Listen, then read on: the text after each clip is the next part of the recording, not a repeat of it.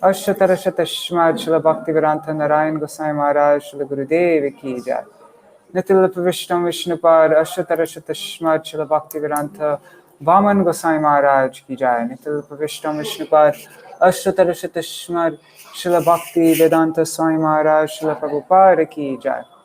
Nitil Pravishtam Vishnupad Ashtatarashatashmad Srila Bhakti Pragyan Keśavāṣṭakam Goswami Maharaj Ki Jai. Nitil Pravishtam Vishnupad Ashtatarashatashmad Srila Bhaktisiddhānta Sarasvatī Goswami Prabhupāda Ki Jai. Nitil Pravishta Maha Bhagavat Srila Gopsharas Babaji Maharaj Ki Jai. Nitil Pravishta Srila Satchidananda Bhakti Vinod Thakur Ki Jai. Nitil Pravishta Vaishnav Sarvabhauma Srila Jagannath Das Babaji Maharaj Ki Jai. Shri Rupanu Gauriya Guru Varga Ki Jai. Shri Rupa Sanatan Bhatta Raghunath Shri Jeev Gopal Patadashagunath Shara Goswami Prabhu Ki Jai. Shri Sarup Damodar Rai Ramanandari Shri Gopal the Vṛndā Ki Jai. Namacharya Srila Haridas Thakur Ki Jai. Prem se kaho Shri Krishna Chaitanya Prabhu Nityananda Shri Advaita Gadadhar Shivasari Gaur Bhakta Vṛndā Ki Jai. Shri Kshetra Mandal Gaura Mandal Vraja Mandal Mathura Vrindavan Dham Ki Jai. Sarva Abhishya Bharati Giriraj Maharaj Ki Jai. Shri Radha Kund Shama Kund Ki Jai. Shri Muna Devi Ganga Devi Ki Jai. Shri Tulsi Maharani Vṛndā-Devi Ki Jai. Shri Bhakti Devi Ki Jai. Shri Purnamasi Yogamaya Ki Jai. Shri Gopeshwar Mahadev Ki Jai. Shri Harinam Sankirtan Ki Jai. Ananta Koti Vaishnava Vṛndā Ki Jai. Samagata Gaura Bhakta Vṛndā Ki Jai. Shri Keśavāṣṭakam Ki Jai. Vrat Palan Kari Bhakta Vṛndā Ki Jai. Shri Tulsi Maharani Vṛndā-Devi Ki Jai. Ananta Koti Vaishnava Vṛndā Ki Jai. Shri Nitai Gaura Premanande Hari Hari Bol. Hari Bol Dandavat Pranam. All right. I'll give a little bit of time for more people to join. And let's change the background. We've had this background for so long now. Which one should we do? Oh, that's new. No, that's too distracting. Let's do something simple. Okay.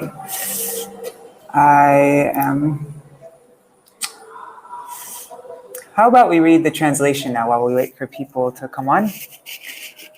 So, Vṛndā-devyaṣṭakam by Śrīla Vishwanath Chakravarti Thakur. You inundate all of your associates in a flood of your splendor, which belittles gold, champak flowers, and lightning. Your divine dress resembles the orange-red luster of the banduka flower. O Vṛndā, we offer pranam to your lotus feet. O Vṛndā, your countenance is especially radiant, illuminated by the gentle smile rising on your bimba-red lips and the pearl on your nose. Your beauty is enhanced by various jeweled ornaments. O Vṛndā, we offer pranam to your lotus feet. Oh, 1 second. Let me fix this mic.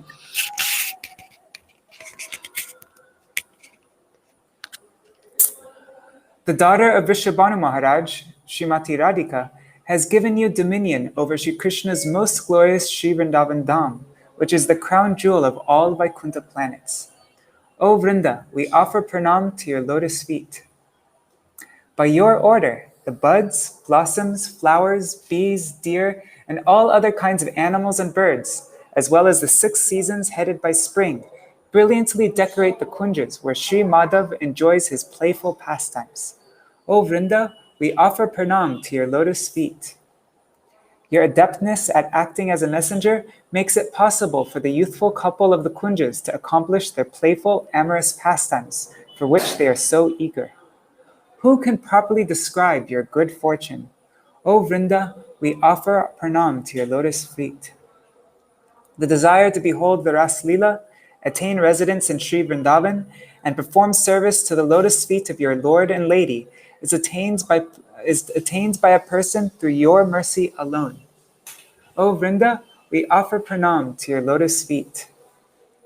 Those conversant in devotional scriptures and the Bhakti Tantras glorify you as Sri Krishna's pastime potency, Krishna's Lila Shakti. In this world, you assume the form of the Tulsi tree. O Vṛndā, we offer pranam to your lotus feet. Devoid of bhakti, and guilty of unlimited offenses. We are flung into the waves of lust, anger, greed, and so on. O merciful one, we take shelter of you. O Vṛnda, we offer pranam to your lotus feet. Those who, like bumblebees at the lotus feet of the divine couple, hear or recite this Vṛndā-devyaṣṭakam, will obtain eternal residence in Vrindavan and become fulfilled, having attained loving service to them. That should be a short A. Sorry. Okay. Oh, is it a long A? I thought it should have been a short A. I think it is supposed to be a short A. Anyways, I'm going to have to look that up. Let's see, is it working all right? People are there? Okay. Radhe Radhe, Dandavat Pranam, Gargaraj. Okay.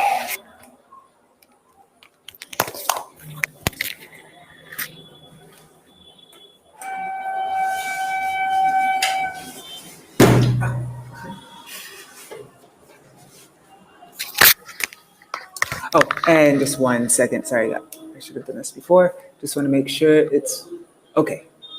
I think it's using my headphones. Yeah, okay. And think without noise suppression.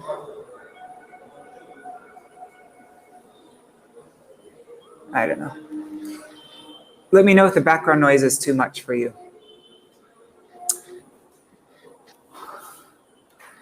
O Gange achampe atarer vinende roche pravahas napitatma vrinde bandho kabandho duti devyaṣṭakam vrinde namaste charanaravindam Padarode Tvara Mandahasya Nasagra Mukta Dutide Pitase Vichitaratna Paranashiyade Vrinde Namaste Charanaravindam Samasta Vaikunta Shiromanashe Krishnasya Vṛndā-vanadanyadani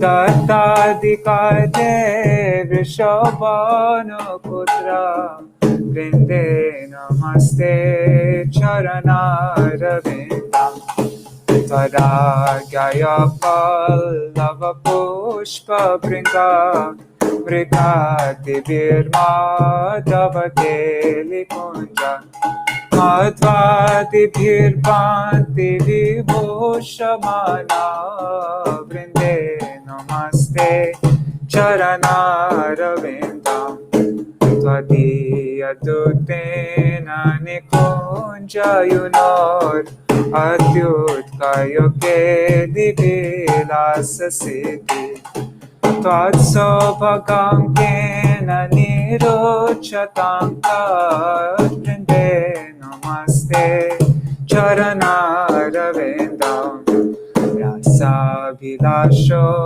Vasatishta Vrindavane Tvarisham Krisaroja Seva Labhya Chapumsam Vipayata Vaiva Vrinde Namaste Charanaravindam Tam Kirtyase Sattvata Tantra Virvid Lila Vidana Kila Krishna Shaktis Tavaiva Murtis Tulasi Nriloke Vrinde Namaste Charanaravindam Bhaktya Vihina Aparada Laksha Keśavāṣṭakam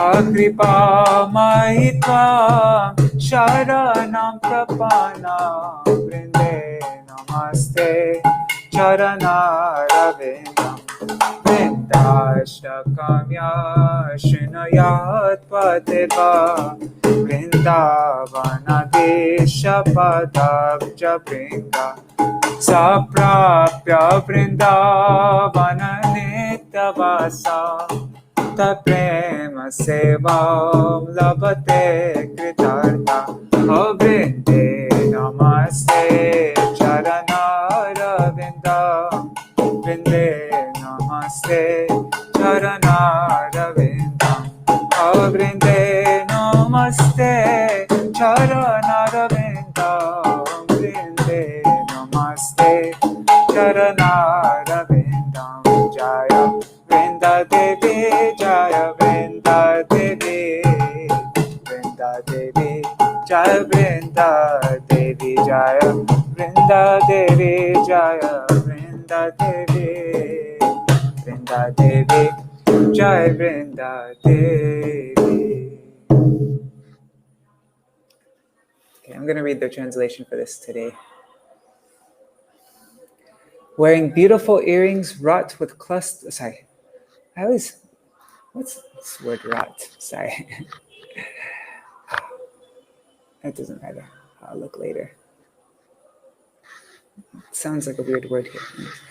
Wearing beautiful earrings wrought from clusters of new kadamba buds, a brilliant wreath of fully blossoming malati jasmine crowning his head, and across his chest, a captivating garland strung from utica jasmine that is blooming ever so slightly. He returns from the forest lands of Vraj like a victor marching home. That Keshav I worship.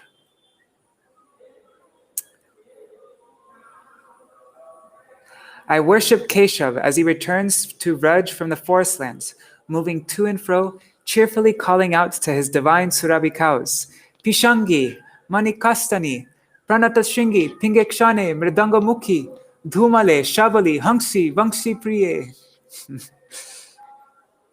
I like that. Mridangamukhi.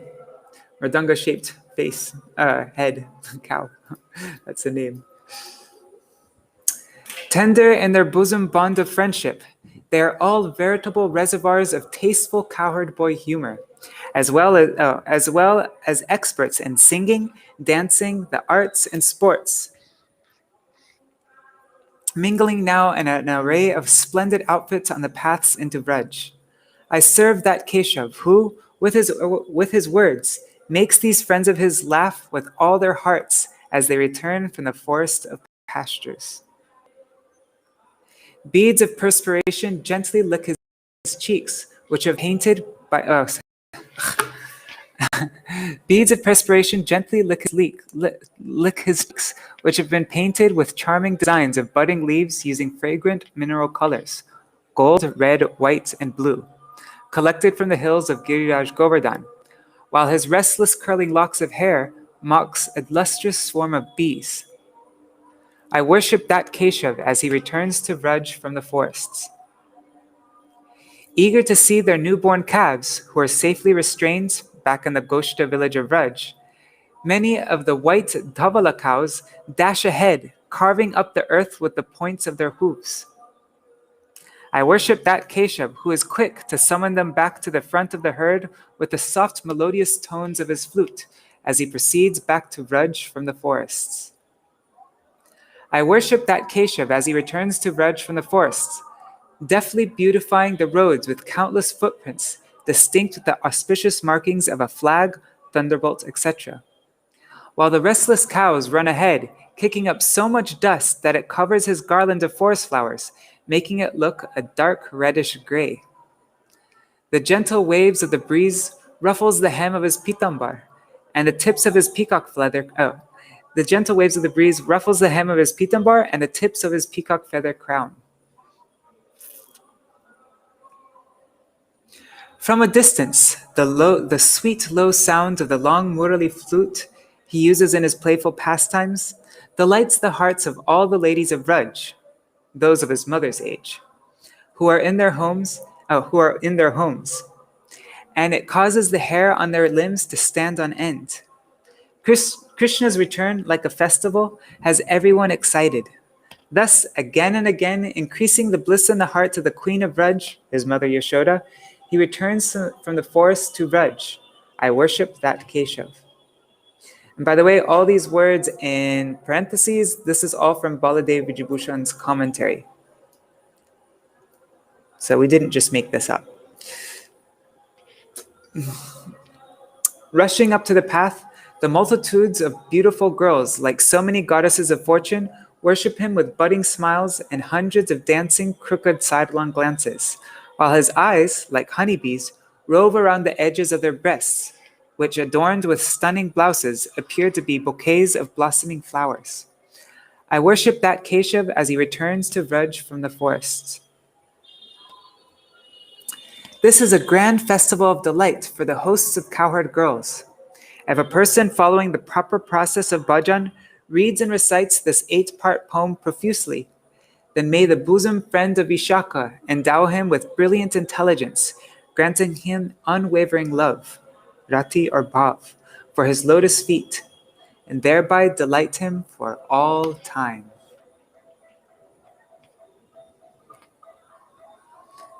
Just gonna check, is the background noise too loud? Okay, didn't see any comments there, so I guess it's okay. Dandavat pranams, Raseshwari Mataji, and I don't know if I'm saying your name right, but Ariana.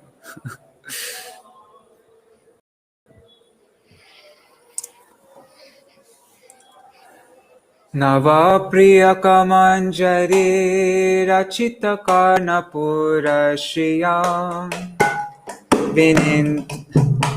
Vinidratara Malati Kalita Shekare Nojvala Tarochvasita Yutika Kratita Valguvai Kakshaka Praje Vijayinam Bhaje Vipina Deshata Keśavā Shangi Manikastani Pranata Shringi Pinge Kshane Mridanga Mukidu Male Shabali Hamsi Vamsi Priye Iti Swasura Vikudam Taralama Vayanta Mura Vraje Vijayinam Bhaje Vipina Deshata Keśavā Gana Pranaya Meduran Madhura Narma Goshti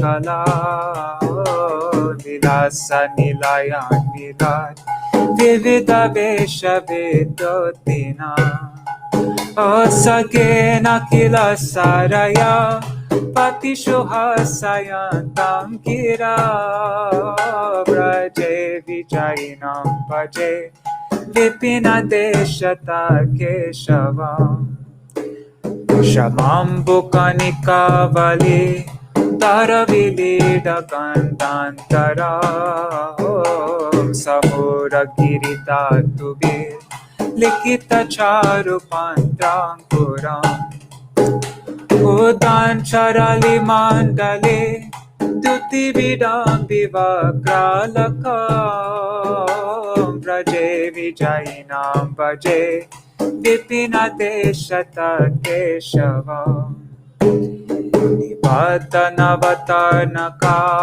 Vali Vilokanot Kantaya Natat Kura Putan Chalar Alogu Bir Bhuvan Vedatim Okale Natavala Gatam Lagu Nirvartayantam Puro Vraje Vijayinam Bhaje Vipina Deshata Keśavā Padankatati Virvaram Virachayantam Advashiyam Chalat Taralanaichiki Nichaya Dolitum Rasrajam Marolla Harichanchale Krita Dukola Churan Chalalam Vraje Vijayinam Bhaje Vipina Deshata Keśavā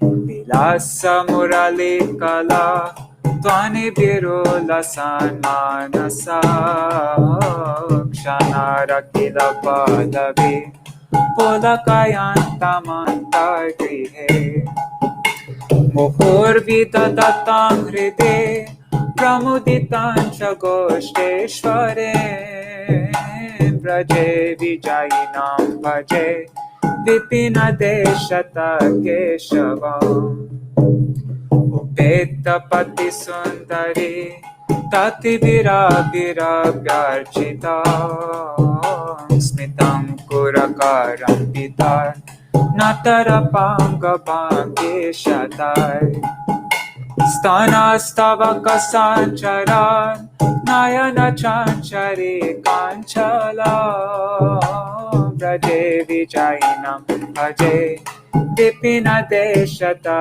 Keśavam Idam nikila pallavi Kula mahotsavo lasanam Kramena kilaya puman Patita Śrīla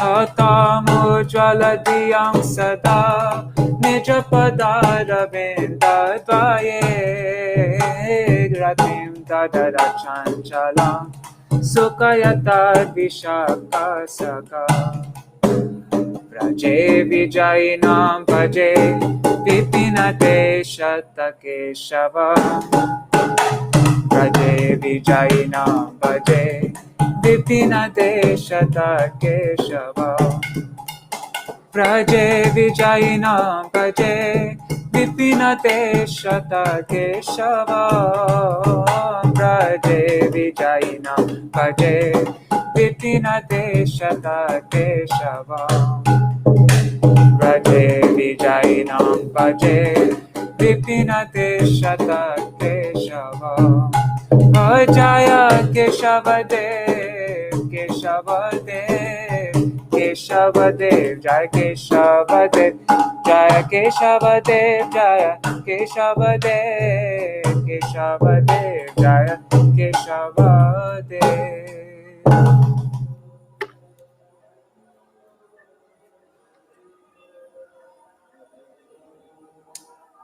Let me take out this background noise now. This noise suppression. I was taking away noise suppression because I thought it would probably block out the mridanga. So, all right, so this is an article I've actually never, well, if I read it before, I can't remember. But I thought it went along nicely with, what I'm planning to do is read, first by Bhaktivinoda Thakur, then by Śrīla Bhaktisiddhānta Sarasvatī Prabhupāda, and then by, his disciples like Śrīla Sridhar Gosvāmī Maharaj, our Śrīla A.C. Bhaktivedanta Swami Prabhupada, and my Param Gurudev, and Śrīla Bhakti Puri Goswami Maharaj, like that, all of our acharyas, and then afterwards, okay, 1 second, let me just take off this mridanga.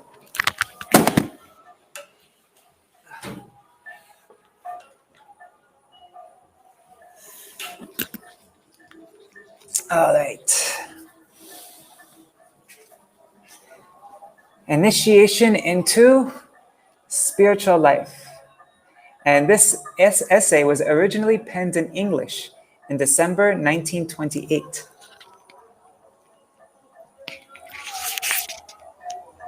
Let me just check everything's okay. Yes. Okay, cool. Pramila likes the plan. Great. The initial impulse. Oh yeah, and this PDF is a bit messed up. That's why the text is like so, what is it? Cramped, and the diacritics are all weird.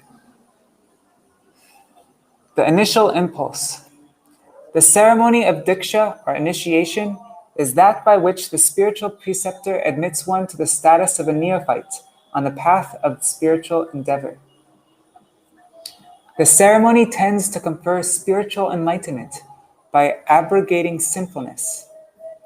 Abrogating, I think, means to do away with, by getting rid of. And the dictionary is not loading, I don't know. Oh, there. repeal. Oh yeah, see, repeal or do away with. Its actual effect depends on the degree of willing cooperation on the part of the disciple and is therefore not the same in all cases. It does not preclude the possibility of reversion on the novice. It does not preclude the possibility of reversion on the novice to the spiritual state if he slackens in his effort or misbehaves. I need to close this messenger. It's distracting. Okay. Initiation puts a person on the true track and also imparts an initial impulse to go ahead. It cannot, however, keep one going for good unless one chooses to put forth his own voluntary effort. So just getting initiated is not enough. We have to make our own endeavor, our own voluntary effort. The nature of the initial impulse also varies in accordance with the condition of the recipient.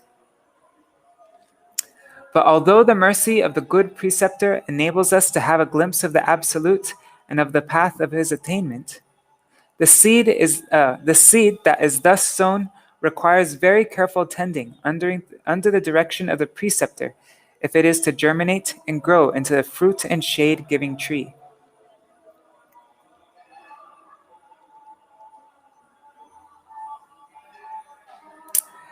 Unless our soul chooses to serve Krishna of his own accord after attaining a working idea of his real nature, he cannot long retain the spiritual vision. The soul is never compelled by Krishna to serve him.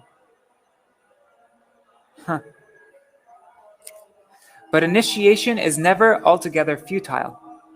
It changes the disciple's outlook on life. If he sins after initiation, he may fall into greater depths of degradation than the uninitiated. Okay, so if he sins after initiation, he may fall into greater depths of degradation than the uninitiated. But although even after initiation, temporary setbacks may occur, they do not ordinarily prevent the final deliverance. The faintest glimmering of real knowledge of the Absolute has sufficient power to change radically and for good the whole of our sorry, I'm having a hard time reading. It has sufficient power to change radically and for good the whole of our mental and physical constitution. And this glimmering is incapable of being totally extinguished, except in extraordinary, unfortunate cases.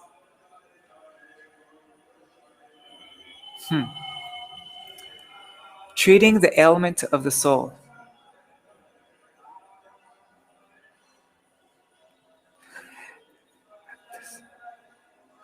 It is undoubtedly practicable for the uninitiated, if only he is willing.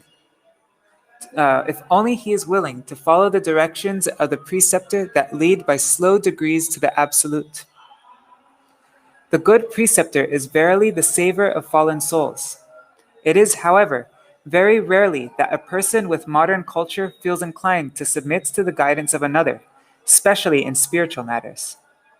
But the very person submits readily enough to the direction of a physician for being cured of his bodily ailments, since these latter cannot be ignored without consequences that are patent to everybody.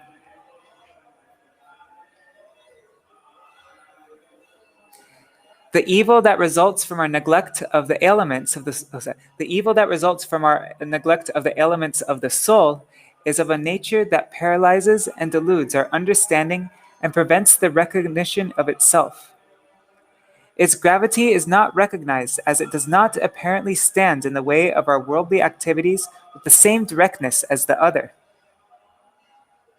The average cultured man is so.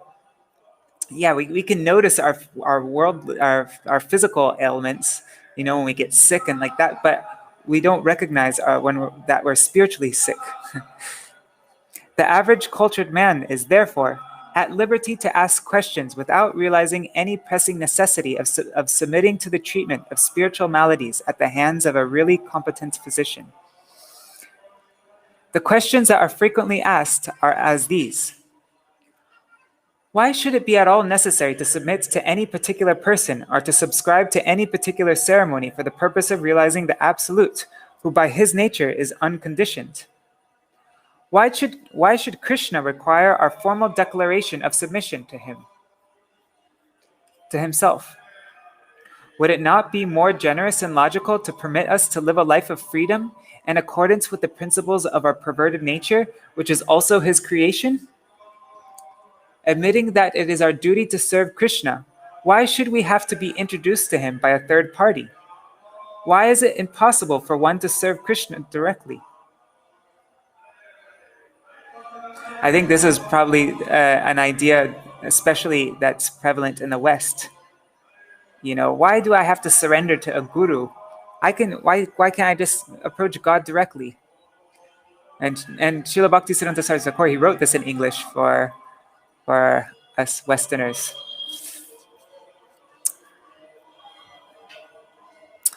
The bad preceptor. It would no doubt be highly convenient and helpful to be instructed by a good preceptor who is well versed in the scriptures, and understanding the same. But one should never submit to another to an extent that may furnish a rascal with an opportunity of really doing harm. The bad preceptor is a familiar character. It is inexplicable how those gurus who live in open sin contrive nevertheless to retain the unquestioning allegiance of the cultured portion of their disciples. Such being the case, can we blame any person who hesitates to submit unconditionally to a preceptor, whether he is good or bad? It is, of course, necessary to be quite sure of the bona fides of a It is, of course, quite necessary to be quite sure of the bona fides of a person before we accept him, even tentatively, as our spiritual guide. A preceptor should be a person who appears likely to possess those qualities that will enable him to improve our spiritual condition. Bona fide preceptor and willing disciple. Those and similar thoughts are likely to occur to most persons who have received an English education when they are asked to accept the help of any particular person as a spiritual preceptor. The literature, science, and art of the West body forth the principle of the liberty of the individual. Sorry, this is interesting English. The literature, science, art, and the West body forth the principle of the liberty of the individual and denounce the mentality that leads one to surrender to a person, however superior, his right of choosing his own course. Oh God, I always have such a hard time with Srila Bhaktisiddhānta Sarasvatī Thakur's English. It's very high class. They inculcates the necessity and high value of having faith in oneself. But the good preceptor claims our sincere and complete allegiance. The good disciple makes complete surrender of himself at the feet of the preceptor. But the submission of the disciple is neither irrational nor blind. It is complete on condition that the preceptor himself continues to be altogether good. The disciple retains the right of renouncing his allegiance to this preceptor the moment he is satisfied that the preceptor is a fallible creature like himself. Nor does a good preceptor accept anyone as his disciple unless the latter is prepared to submit to him freely. Srila Bhaktivinoda Thakur, the article that we read yesterday, is talking about these same points, wasn't he? A good preceptor is in duty bound to renounce a disciple who is not sincerely willing to follow his instructions fully. Yeah, Srila Bhaktivinoda Thakur said the same thing yesterday. If a preceptor accepts as his disciple one who refuses to be wholly guided by him, or if a disciple submits to a predecessor who is not wholly good, such preceptor and such disciple are, both of them, doomed to fall from their spiritual state. No one is a good preceptor who has not realized the Absolute. One who has realized the Absolute is saved from the necessity of walking on the worldly path. The good preceptor who lives the spiritual life is, therefore, bound to be wholly good. He should be wholly free from any desire from anything of this world, whether good or bad. The categories of good and bad do not exist in the Absolute. In the Absolute, everything is good. We can have no idea in our present state of this absolute goodness. Unreserved submission to the Absolute. Submission to the Absolute is not real unless it is also itself absolute. It's not real unless it's absolute. It is on the plane of the Absolute that the disciple is required to submit completely to the good preceptor. On the material plane, there can be no such thing as complete submission. The pretense of complete submission to the bad preceptor is responsible for the corruptions that are found in the relationship of the ordinary worldly guru and his equally worldly-minded disciples. All honest thinkers will realize the logical propriety of the position set forth above. But most persons will be disposed to believe that a good preceptor in the above sense may not be found in this world. This is really so. Both the good preceptor and his disciple belong to the spiritual realm. But spiritual discipleship is nevertheless capable of being realized by persons who belong to this world.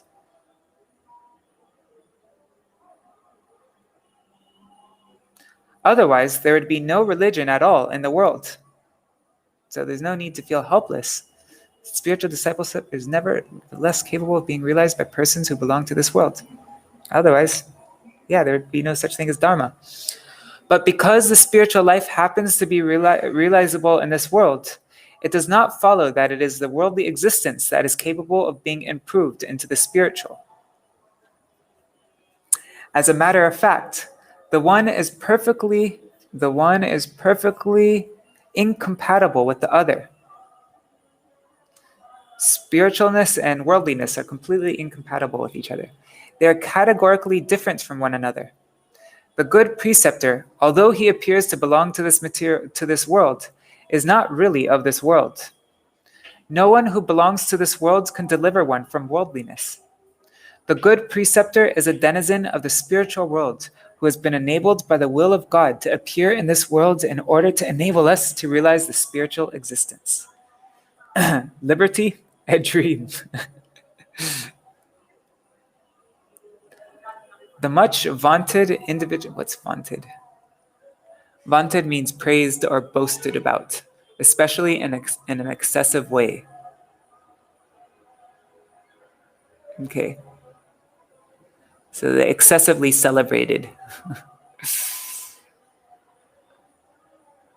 The much vaunted individual liberty is a figment of the diseased imagination. We are bound, willingly or unwillingly, to submit to the laws of God in the material world as well as in the spiritual world. The hankering for freedom in defiance of His laws is the cause of all our miseries. The total abjuration, solemnly renounce. Okay.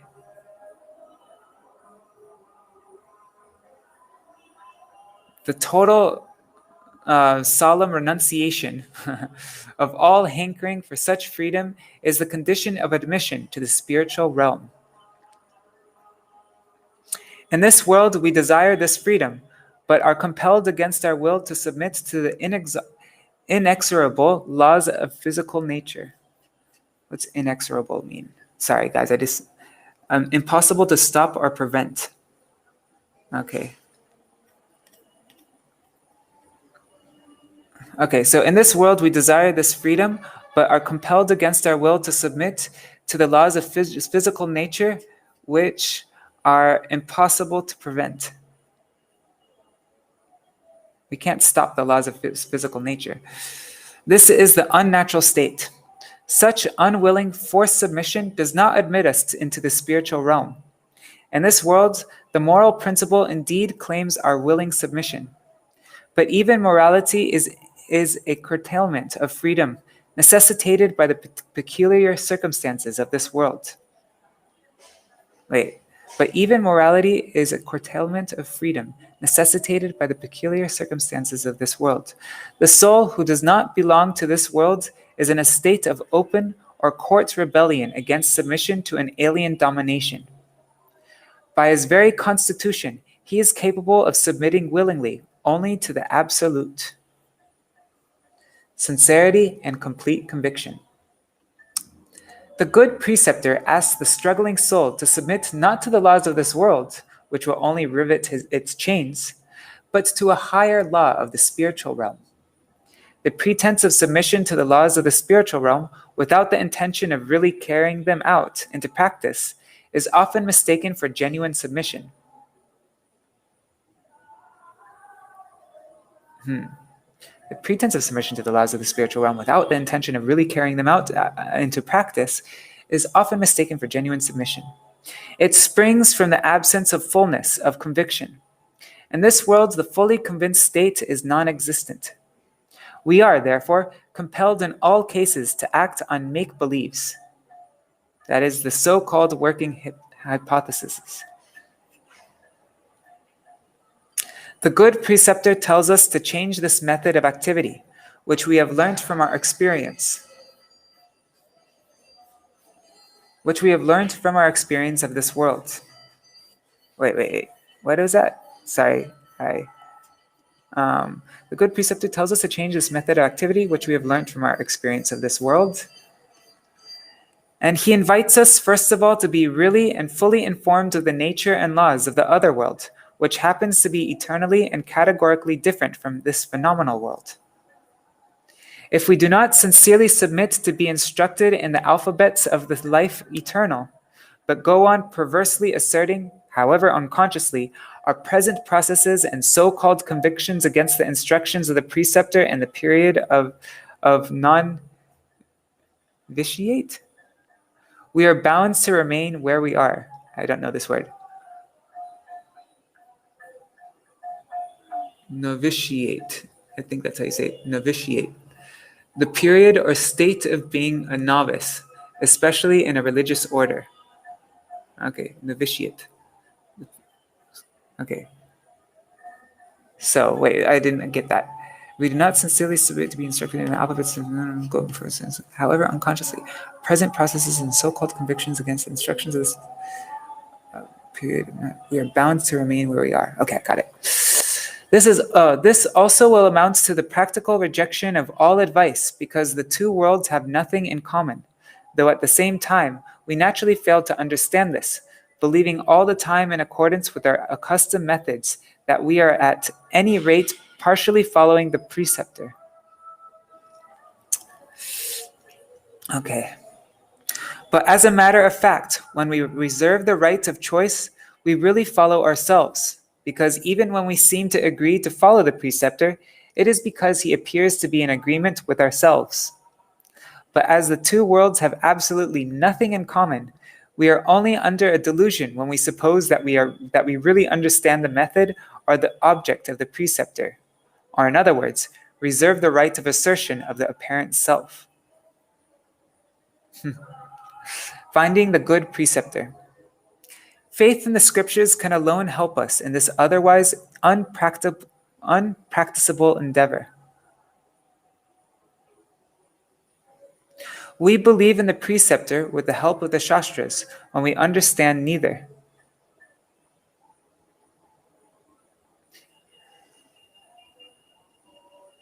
So we're fully dependent on the scriptures. We can't recognize who is a pure devotee. We need the help of Shastras to be able to understand who is a bona fide preceptor. As soon as we are fully convinced of the necessity of submitting unambiguously to the good preceptor, it is then and only then that he is enabled to show us the way into the spiritual world in accordance with the method laid out in the Shastras for that purpose. He can apply the method properly and without perpetrating a fatal blunder, inasmuch as he himself happens to belong to the realm of the spirit. The crux of the matter lies not in the external nature of the ceremony of initiation, as it appears to us. the crux of the matter lies not in the external nature of the ceremony of initiation as it appears to us, because that is bound to be unintelligible to us, being an affair of the other world, but in the conviction of the necessity and the successful choice of a really good preceptor. Okay. Does that sentence make sense to you?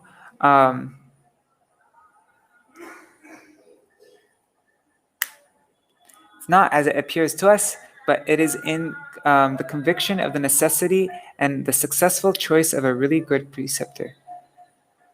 The conviction of the necessity. Oh, God. Okay. Anyhow, I kind of get it, but not 100%. We can attain to conviction of the necessity of the help of a good preceptor by.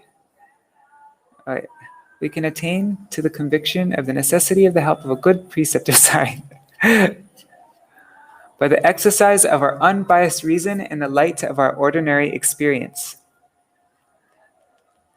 Once this conviction has been truly formed, Sri Krishna himself helps us in finding the really good preceptor in two ways.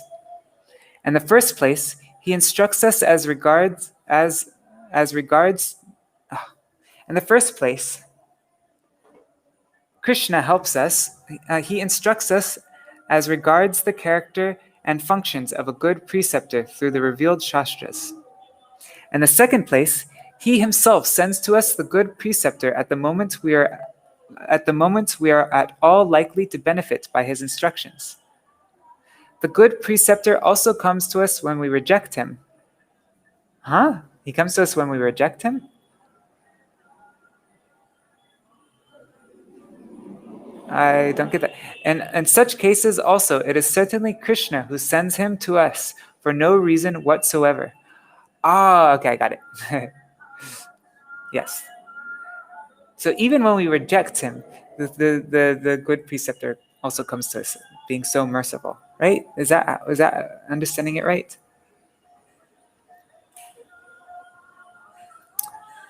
So if we are actually sincere, and we're actually ready to have Shri Guru, then Krishna sends his bona fide pure, his pure devotee to us. But even sometimes we don't even want it, but still the good preceptor will also come to us. I think that's what it's saying here, but please let me know if I'm not understanding properly. It's unconditional sometimes. Krishna sends unconditionally, Guarding ourselves against deceivers. Krishna has revealed from eternity the tidings of the spiritual realm in the form of transcendental sounds that have been handed down in the records of the spiritual scriptures all over the world. The spiritual scriptures help all those who are prepared to exercise this reason for the purpose of finding not the relative, but the absolute truth, to find out the proper instructor in accordance with their directions.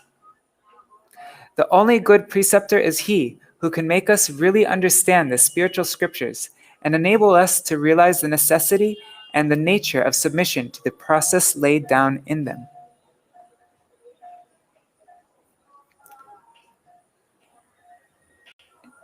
In them means the scriptures, yes, okay. But there's still every chance of foul play. A very clever man or a magician may pass himself off as a person who can properly explain the scriptures by means of his greater knowledge or deceptive arts. It is very important, therefore, that we should be on our own guard against such tricks. The scholar, as well as the magician, pretends to explain the scriptures only in terms of the objects or happenings of this world. But the scriptures themselves declare that they do not tell us at all about the things of this world. Those who are liable to be deluded by the arts of pervert yogis persuade themselves into believing that the spiritual is identical with the perversion, distortion, or defiance of the laws of physical nature. The laws of physical nature are not unreal. They govern the relation of all relative existences.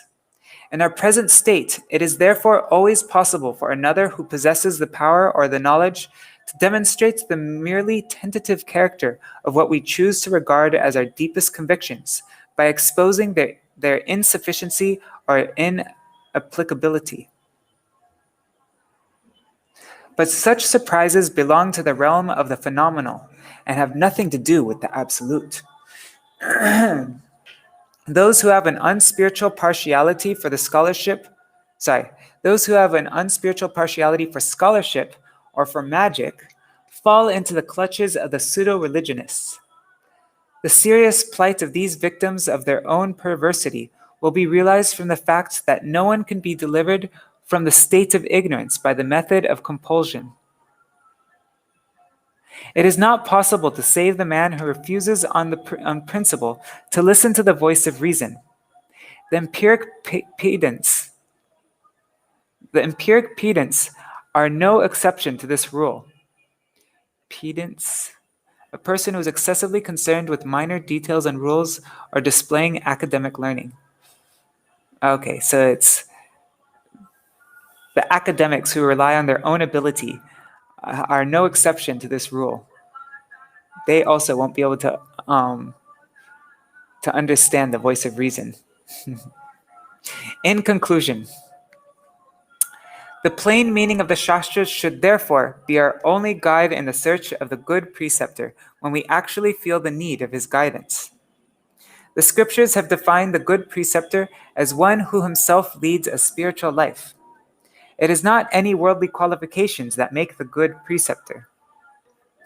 It is by unreserved submission to such a preceptor that we can be helped to re-enter into the realm that is our real home, but which unfortunately is veritable terra incognita to almost all of us at present. Sorry, I need to look this up. Terra incognita.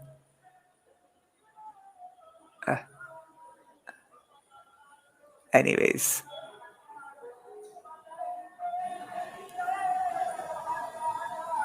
It's like a fake world seeming, I don't know.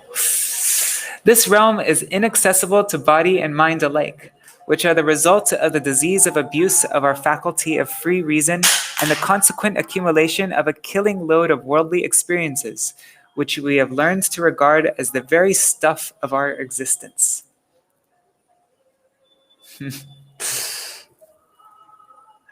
All right. Wow, Srila Prabhupada's English is very, very interesting, and yeah, it's just very high class. Sometimes it's a bit difficult for me to understand. I should have read this article before and got, anyhow. Oh my God, there's so many people watching, it's embarrassing. Tomorrow I'll pick an article that's a bit more on my level. Okay, and terra incognita means unknown territory.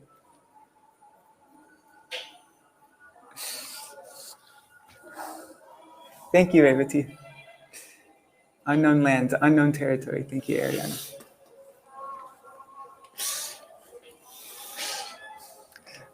Thank you so much for sticking with me through that.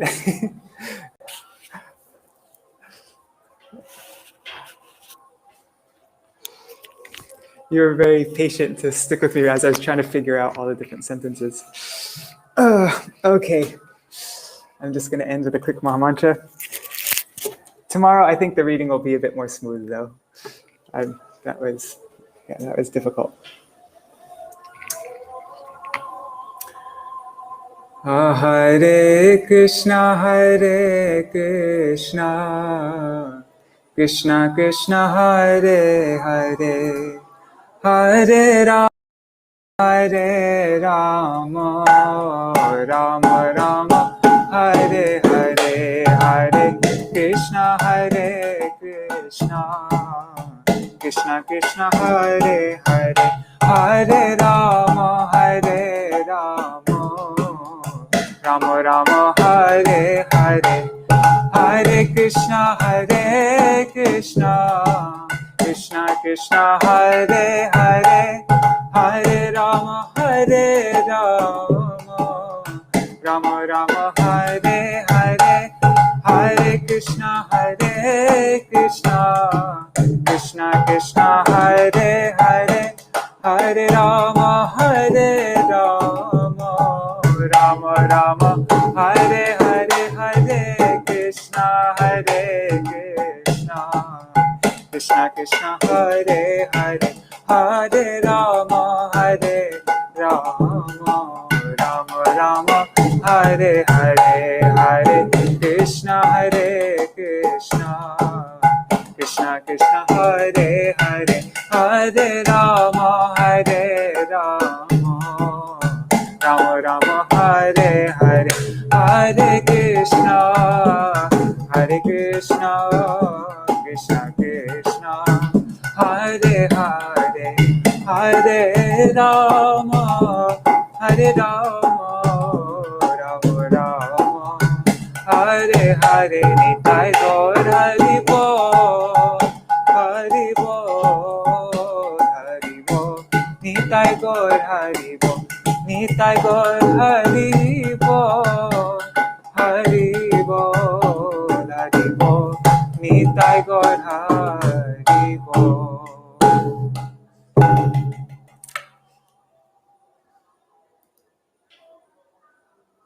Basically, the crux of the matter is our conviction of the importance of a good spiritual master.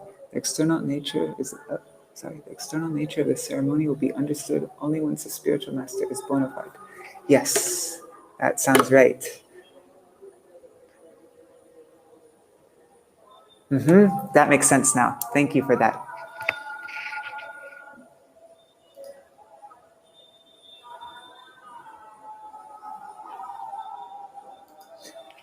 Jai Shishi Guru Gaurangandavika Giridhari Shishi Radha Vinod Bihari Ju Ki Jai Shri Govinda Gopinath Maran Mohan Ju Ki Jai Nitil Pavishtam Vishnupad Ashtatarashatashmad Shila Bhakti Vedanta Narayan Gosai Maharaj Shila Gurudev Ki Jai Nitil Pavishtam Vishnupad Ashtatarashatashmad Shila Bhakti Vedanta Vaman Gosai Maharaj Ki Jai Nitil Pavishtam Vishnupad Ashtatarashatashmad Shila Bhakti Vedanta Swami Maharaj Shila Prabhupāda Ki Jai Nitil Pavishtam Vishnupad Ashtatarashatashmad Shila Bhakti Pragyan Keshav Gosai Maharaj Ki Jai Nitil Pavishtam Vishnupad Ashtatarashatashmad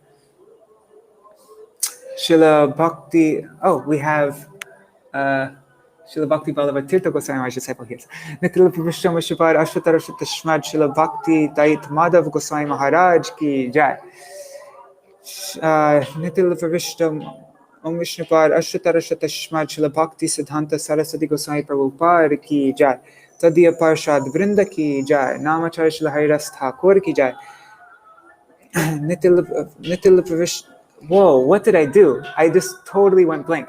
Nitil Pavishtam Vishnupad Ashtatarashatashmad Shila Gaur Kishoras Babaji Maharaj Ki Jai Nitil Pavishta Shila Satchidananda Bhakti Vinod Thakur Ki Jai Nitil Pavishta Vaishnav Sarvabhauma Shila Jagannath Das Babaji Maharaj Ki Jai Shri Rupanu Gauriya Guru Varga Ki Jai Nitil Pavishta Vishnupad Ashtatarashatashmad Shila Bhakti Vallabha Tirtha Gosai Maharaj Ki Jai Shri Rupanu Gauriya Guru Varga Ki Jai Shri Rup Sanatan Bhatta Raghunath Shri Jeev Gopal Bhatta Das Raghunath Shara Gosai Prabhu Ki Jai Shri Sarup Damodar Rai Ramanandari Shri Gaur Parshad Vṛndā Ki Jai Namacharya Shila Haridas Thakur Ki Jai Prem Se Kaho Shri Krishna Chaitanya Prabhu Nityananda Shri Advaita Gadadhar Shivasari Gaur Bhakta Vṛndā Ki Jai Shiksheta Mandala Gaura Mandala Vraja Mandala Mathura Vrindavan Dham Ki Jai Sarva Abhishta Bharata Giriraj Maharaj Ki Jai Shri Radha Kun Shama Kun Ki Jai Shri Mona Devi Ganga Devi Ki Jai Shri Tulsi Maharani Vṛndā-devi Ki Jai Shri Bhakti Devi Ki Jai Shri Purnamasi Yoga Maya Ki Jai Shri Gopeshwar Mahadev Ki Jai Shri Harinam Sankirtan Ki Jai Ananta Koti Vaishnava Vṛndā Ki Jai Samagata Gaura Bhakta Vṛndā Ki Jai Shri Keśavāṣṭakam Ki Jai Vrat Palankari Bhakta Vṛndā Ki Jai Samagata Gaura Bhakta Vṛndā Ki Jai Shri Nitai Gaura Premanande Hari Hari Bol Vṛndāya Tulsi Devaya Priyaya Keśavāṣṭakam Krishna Bhakti Pradadevi Satyavatai Namo Namaha Vancha Kalpatarubhyascha Kripa Sindhubhya Evacha Patitanam Pavanebhyo Vaishnavebhyo Namo Namaha. Dandavat pranams. And Revati Didi, maybe tomorrow we can read that article that you shared with in our Making Time for Kirtan group. What is it? Amar Bhajan by your Param Gurudev, Srila Bhakti Dait Madhav Gosai Maharaj. Or maybe the day after tomorrow, because I think tomorrow it's either the appearance day or disappearance day of Srila Bhakti Hriday Ban Goswami Maharaj. So maybe we should read something by him, and then the next day we can read that. All right. Thank you so much for joining me. See you all tomorrow. Jai Shri Radhe.